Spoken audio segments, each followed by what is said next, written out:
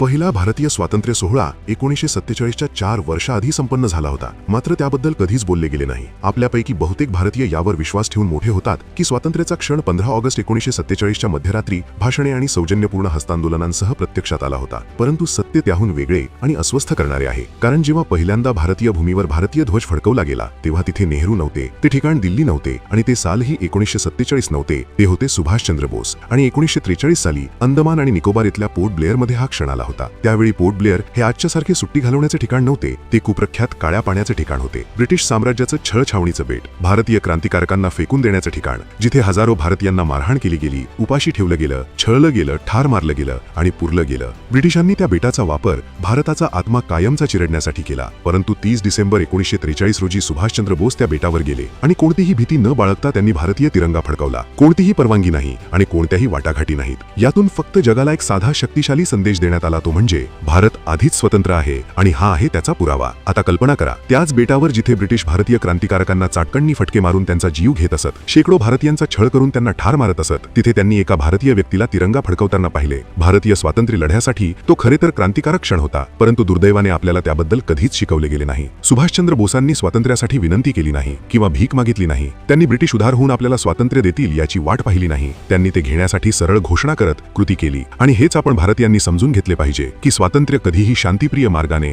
सौजन्याने किंवा कोणाला आदर देण्याने मिळत नाही। यासाठी सुभाषचंद्र बोसांनी संपूर्ण एक सरकार उभारले, जे होते आझाद हिंद सरकार। त्यानंतर संपूर्ण एक लष्कर उभारले, ती होती भारतीय राष्ट्रीय सेना। जगभर प्रवास करून भारतासाठी मजबूत राजनैतिक ओळख निर्माण केली, मात्र हे त्यांनी दिलेल्या योगदानाच्या 10%पेक्षाही कमी आहे। त्यांनी याहूनही कितीतरी अधिक केलं आहे। सुभाषचंद्र बोसांनी आपल्याला एक गोष्ट शिकवली आहे, जी दुर्दैवाने जाणीवपूर्वक आपल्या इतिहासातून पुसली गेली आहे, आणि ती म्हणजे स्वातंत्र्य कधीही दिले जात नाही, तर स्वातंत्र्य मिळवावे लागते।